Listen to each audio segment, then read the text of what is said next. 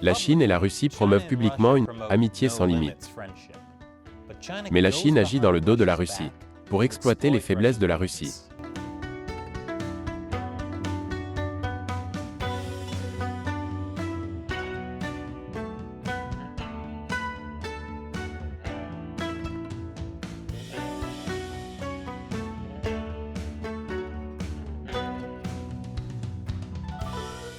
Bienvenue à Chine non censurée, je m'appelle Chris Chappell. Au cours de la dernière décennie, la Chine et la Russie se sont rapprochées l'une de l'autre, comme des partenaires dans la lutte contre l'Occident. Chaque fois que l'on voit leurs dirigeants ensemble, on a l'impression qu'il n'y a rien d'autre que de bonnes vibrations. C'est agréable de les voir brûler autre chose que des dissidents politiques.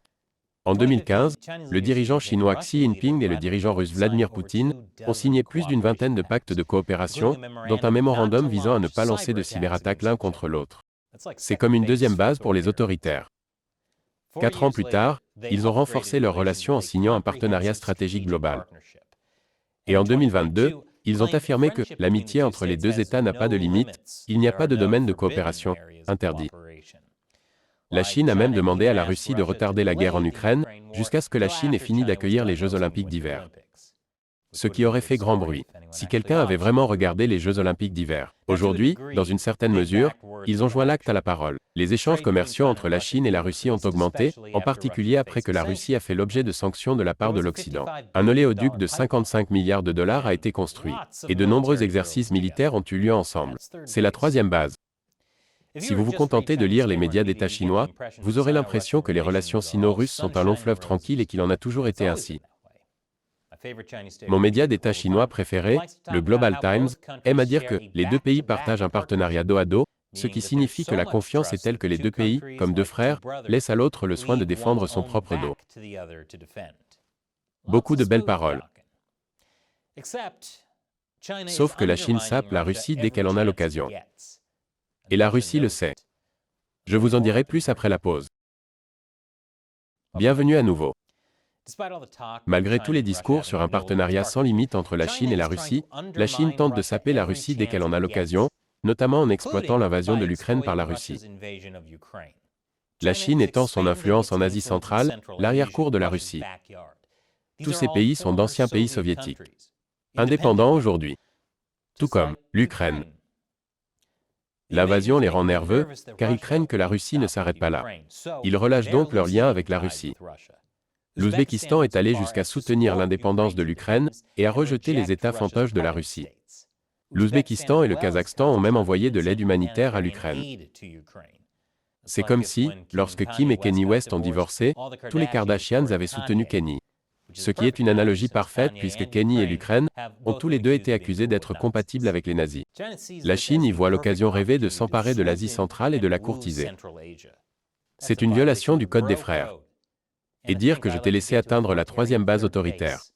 La Chine est désormais le premier partenaire commercial de l'Asie centrale. Les données de la Chine sont à prendre avec des pincettes, mais elles évaluent le commerce chinois à 70 milliards de dollars en 2022, contre moins de 40 milliards de dollars pour la Russie.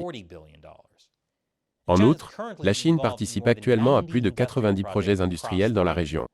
La Russie voit ce que fait la Chine. Elle tente d'égaler les investissements chinois, mais avec la guerre en Ukraine qui s'éternise, elle n'arrive pas à suivre. Poutine tente également une campagne de charme. Je veux dire, regardez comme il est charmant. Il a invité à la dernière minute les dirigeants d'Asie centrale à son défilé du 9 mai, jour de la victoire. Cela ne les a probablement pas impressionnés, car la Russie a perdu tellement de chars d'assaut pendant la guerre, qu'elle ne pouvait se permettre d'en amener qu'un seul au défilé. Pour ne pas se laisser impressionner, un peu plus d'une semaine plus tard, Xi a invité les dirigeants d'Asie centrale à une réunion à Xi'an. La Russie n'a pas été invitée. Xi'an n'était pas une coïncidence. C'était le point de départ de l'ancienne route de la soie, et la capitale chinoise sous la dynastie Tang, où les vassaux venaient payer leur tribut. Pouvez-vous dire quel message la Chine essaie d'envoyer ? Alors oui, la Russie et la Chine pourraient avoir une amitié sans limite. Mais aujourd'hui, la Chine entretient une amitié éternelle avec l'Asie centrale. Avec 22 milliards de dollars d'accords bilatéraux, la Chine envoie un message subtil à l'Asie centrale. Comptez sur nous, pas sur la Russie. Dans son discours de Xi'an, Xi a déclaré « La souveraineté, la sécurité, l'indépendance et l'intégrité territoriale des pays d'Asie centrale doivent être préservées. » Vous savez, de tout pays qui pourrait envahir les anciens États soviétiques. Je ne citerai pas de nom. Il s'agit toutefois d'un virage à 180 degrés par rapport à la déclaration de l'ambassadeur de Chine en France selon laquelle les anciens États soviétiques ne disposaient pas des bases nécessaires à leur souveraineté. Qui aurait cru que la Chine ne respecterait pas la souveraineté d'un pays? Ne répondez pas à cette question si vous êtes à Taïwan. L'Asie centrale a manifestement beaucoup de bonnes raisons de s'inquiéter de la Russie. Mais la Chine n'est peut-être pas beaucoup mieux. La région est déjà très endettée vis-à-vis de la Chine. Pour des méga-projets qui tombent en ruine. Aujourd'hui, la Russie voit évidemment ce que la Chine est en train de faire. Mais la Chine lui dit de ne pas s'inquiéter. Voici vous et les hommes donc si vous dit de ne pas vous inquiéter. Mais la Chine fait bien plus pour saper la Russie. Dans certains cas, la Chine attaque carrément la Russie. Je vous en dirai plus après la pause. Bienvenue de nouveau. La Russie et la Chine sont en désaccord depuis longtemps. Devinez quoi? La Chine a une frontière contestée avec la Russie. La Chine a une frontière contestée avec tout le monde. Depuis le XVIIe siècle, une immense portion de territoire a fait l'objet d'un va-et-vient entre les Russes et les Chinois. Actuellement, c'est la Russie qui la contrôle. Mais au début de l'année, la Chine a déclaré que toutes les cartes produites dans le pays devaient refléter fidèlement le territoire de l'État. Il s'agit notamment de remplacer les noms russes par d'anciens noms chinois sur la frontière contestée.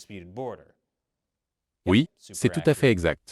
Voici l'idée que se fait la Chine d'une carte précise du système solaire. La Russie est en proie à des difficultés financières en raison de la guerre en Ukraine. Elle a donc autorisé davantage d'investissements chinois dans l'extrême-orient russe. Mais la Chine veut peut-être un peu plus que les ressources.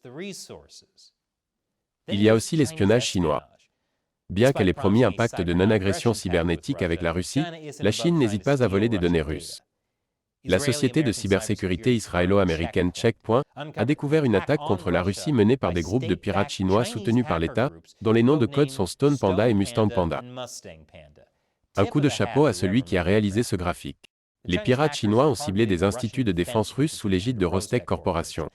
Il s'agit de l'une des plus grandes entreprises militaires russes, fondée par nul autre que Vladimir Poutine. Les pirates chinois ont réussi à diffuser des logiciels malveillants en envoyant des courriels d'hameçonnage intitulés « Liste des personnes faisant l'objet de sanctions américaines pour avoir envahi l'Ukraine » et comportant un lien imitant celui du ministère russe de la Santé. Il est évident que les Russes voudraient cliquer sur ce lien pour voir s'ils font l'objet de sanctions. Pour autant que nous le sachions, ce type d'attaque contre la Russie est axé sur le vol de la propriété intellectuelle. Et il y en a beaucoup. La Russie a accusé plusieurs scientifiques de trahison pour avoir divulgué des technologies militaires à la Chine.